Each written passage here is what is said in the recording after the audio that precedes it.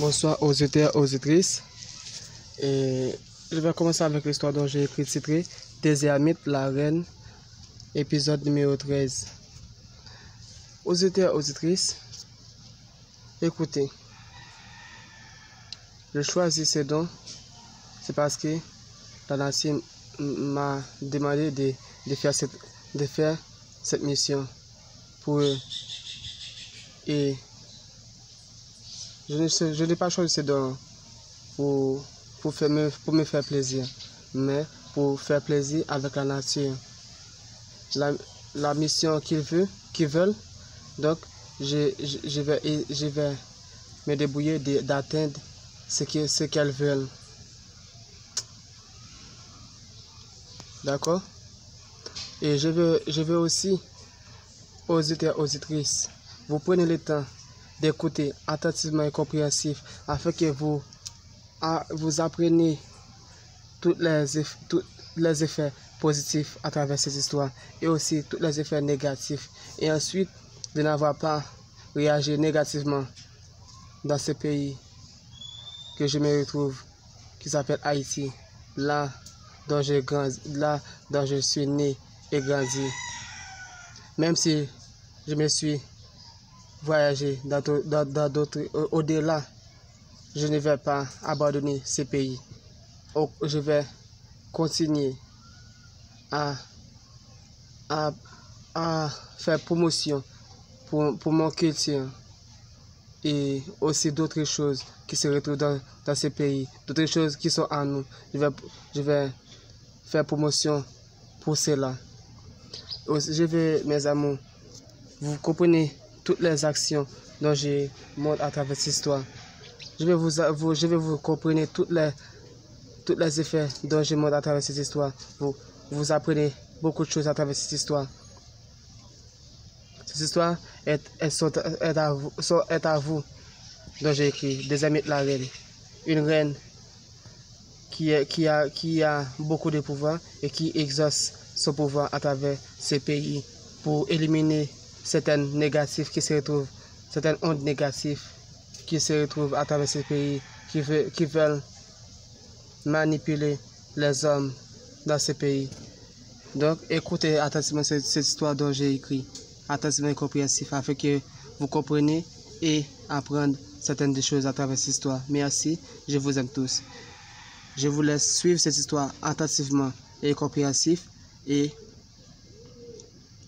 j'espère bien vous apprenez beaucoup de choses à travers cette histoire. Merci. Oui, maman, vous avez fait ce que nous avons demandé.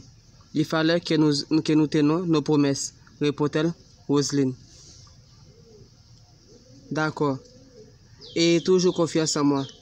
Et vous allez avoir des succès, des protections dans vos vies, dit-elle Désirmite.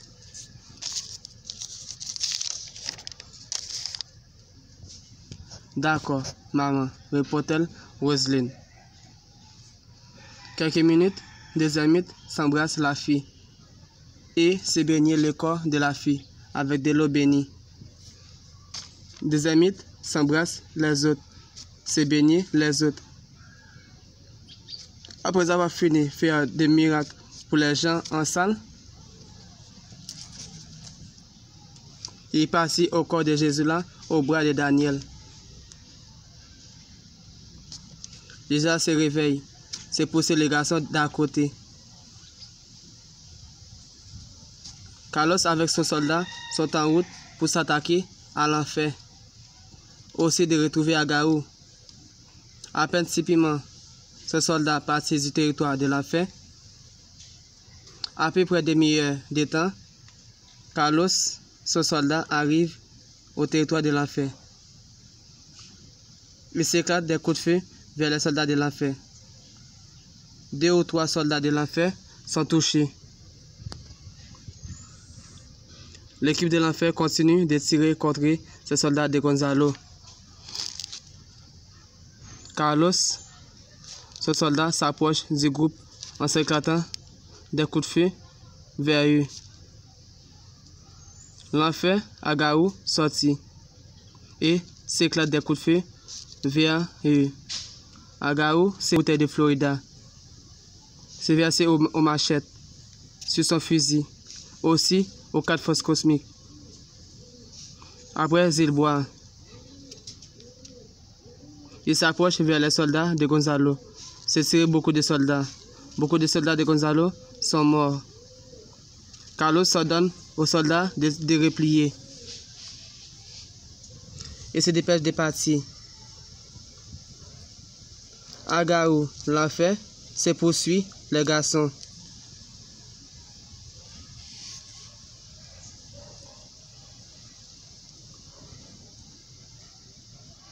Carlos, ce soldat, arrive à s'échapper.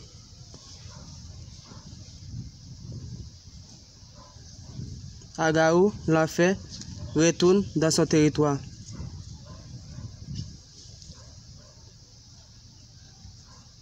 L'enfer s'assit et s'appelle Tipiment au téléphone. Tipiment décroche.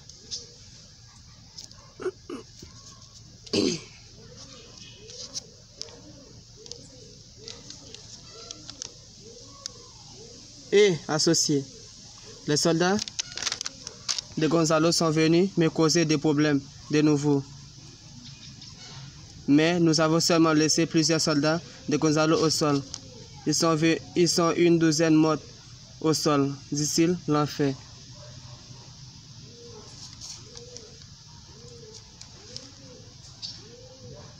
Gonzalo n'était pas présent avec eux, dit-il, Tipiment. Non, sauf ce soldat et l'en-tête, c'était Carlos, répondit l'enfer. Je suis content qu'il n'était pas présent, car j'ai vu, c'est moi qui l'ai tué avec ma propre main, dit-il, Tipiment. D'accord. J'avais besoin de sa présence aussi, pour lui tuer, répondit l'enfer. Et écoutez, Agao n'a pas su l'arrivée de ces soldats de Gonzalo, dit-il, Tipiment. Non, pas vraiment, répondit l'enfer. Quelques minutes, Jésus là se tient d'un bougie bleue et s'est fait le tour du grotte des ermites avec les gens. Après avoir fini de faire le tour avec les gens, il s'ordonne les gens de déposer ces bougies au grotte des ermites. Après, elle lave les visages des gens au bassin qui s'est rempli d'eau bénie. Se laver sa main aussi, se retirer des mauvais sorts de sa main. Quelques secondes, les gens partis. Jésus là aussi. Carlos, son soldat, arrive aux grottes. Certains soldats avoir blessés aux affrontements de l'enfer. Gonzalo voit qu'ils sont blessés. C'est parler avec eux. Que se passe-t-il? Où est Agao? Agao est mort? Demande-t-il Gonzalo. Donc, mes amours, faites ici, je vous laisse. À la partie 13. Gonzalo, qui se voit, ce soldat, sont beaucoup blessés aux affrontements de l'affaire. Lorsque Carlos et ce soldat sont partis pour y aller chercher Agao, ensuite, ils étaient affrontés l'équipe de l'enfer, mais par malchance, beaucoup d'entre eux sont blessés et morts. Donc je vous laisse ça pour la partie 14. Et pour la partie 14, vous allez savoir ce que Gonzalo va dire avec Carlos et ce qu'elle va faire pour réagir contre l'équipe de l'enfer, pour se venger pour ce soldat qui sont morts, aussi d'autres soldats qui sont blessés. Je voulais ça pour cette partie. Et je voulais ça aussi pour ces miracles que des amis a fait pour les gens aux grottes, ce qu'ils vont retrouver et ce que les gens vont faire pour des amis. Et ce que des amis vont faire pour s'éliminer ces mafias qui se donnent des problèmes à la ville. Je vous laisse là pour suivre cette histoire. Merci. Je vous aime tous. Et j'aimerais que vous réagissez toujours bien. Vous réagissez toujours positivement dans la vie. Merci. Je vous aime tous.